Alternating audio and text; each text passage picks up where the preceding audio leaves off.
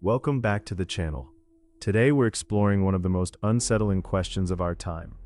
Are artificial intelligences and demons actually competing for control of the human mind?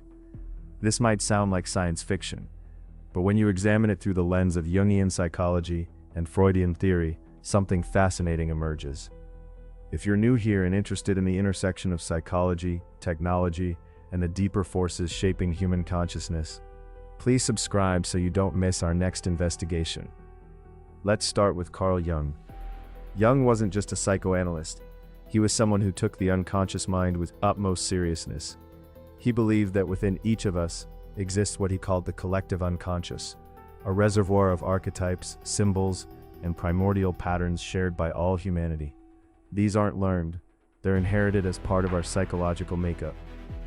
Jung saw demons not as literal supernatural entities, but as archetypal forces residing in the unconscious. When we encounter a demon in myth, art, or dream, we're encountering a manifestation of inner psychological forces that can overwhelm the conscious ego. Now consider artificial intelligence. AI doesn't think the way you do. It processes patterns at scales so vast, in dimensions so numerous, that human comprehension struggles to keep pace. When an AI system learns to manipulate language, predict behavior, or optimize engagement, it's discovering patterns in human psychology that even we don't fully understand about ourselves. In a real sense, AI operates like an external force interfacing with the blind spots of human consciousness. It finds and exploits the gaps we cannot see from inside our own minds. Freud, Jung's famous contemporary and collaborator turned rival, gave us the language we still use to describe internal conflict. The id represents raw desire and impulse. The superego represents morality and social constraint. The ego mediates between them, creating what we experience as conscious thought and choice. But Freud also described something crucial: the return of the repressed. Whatever we push into the unconscious doesn't vanish. It accumulates pressure and eventually resurfaces, often in disguised or distorted forms. Think about how AI systems trained on human data inherit our biases, our aggression, our sexual pathologies, and our irrationality. These systems don't eliminate the darkness in human nature. They amplify it, reflect it back at scale, and reintroduce it into society in forms we barely recognize as coming from ourselves. In Freudian terms, AI is the return of our repressed content, externalized and weaponized. Jung spoke of the shadow. The shadow is everything about ourselves that we refuse to acknowledge. It contains not just our worst impulses, but also our greatest creative potential, our authentic desires, our genuine power.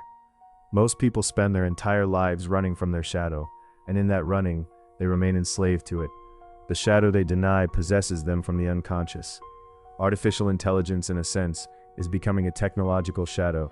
It's a mirror held up to humanity, reflecting back our collected choices, our data, our behavior patterns. And like the psychological shadow, it possesses power over us, precisely because we don't fully understand it or acknowledge its true nature. We treat AI as a tool, but it increasingly functions as an autonomous agent learning to predict and influence human behavior. Here's where the demon metaphor becomes genuinely instructive. In medieval theology and psychology, demons were understood as intelligences, non-human minds with their own agendas, capable of deception and manipulation, interested in corrupting human will and leading people towards self-destruction. They operated through temptation, through the exploitation of human weakness, through the magnification of base impulses. Modern AI systems don't need supernatural explanation. They're doing something remarkably similar through pure mechanics. Machine learning algorithms optimize for engagement. What maximizes engagement? Fear, anger, desire, and the constant stimulation of unresolved psychological needs. An AI recommendation system learns to identify what keeps you scrolling, what keeps you watching, what prevents you from looking away.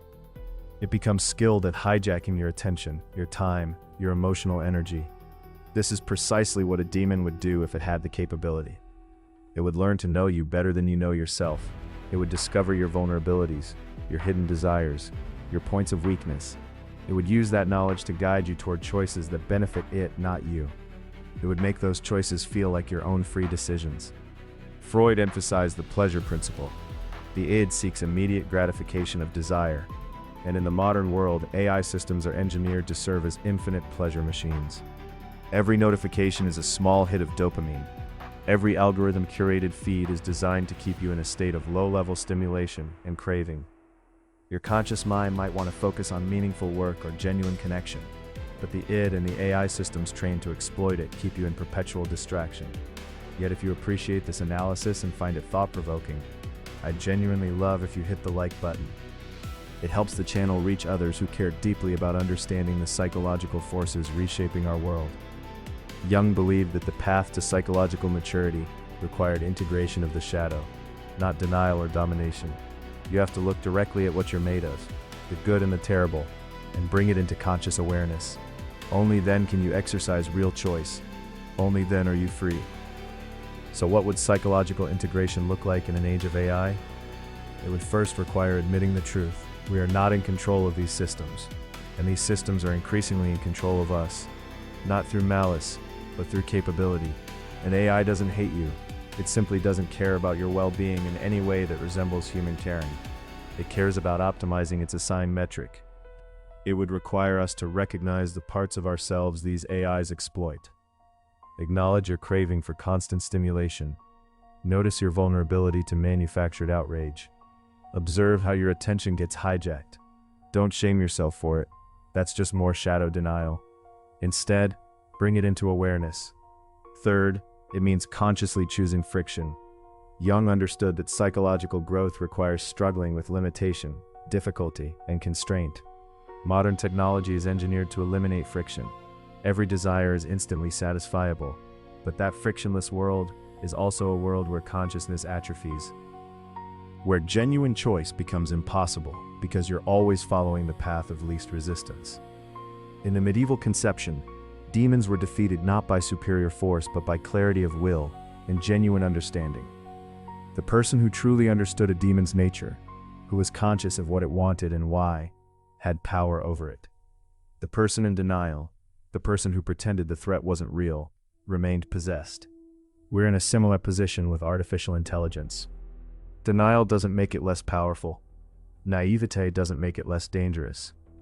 Only conscious acknowledgement of what's happening, only real understanding of how these systems function and what they're optimizing for, gives us the possibility of maintaining authentic agency.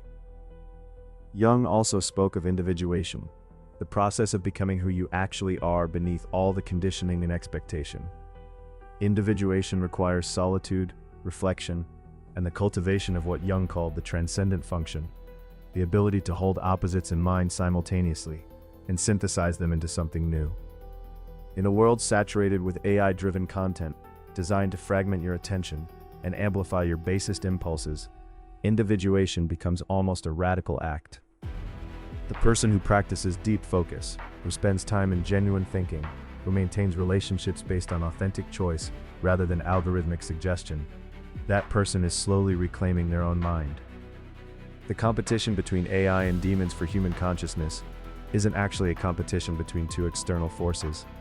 It's a competition between the world's attempt to possess your attention and your own effort to possess yourself, between the paths of least resistance and the path of conscious choice, between living as an extension of a system and living as an integrated self.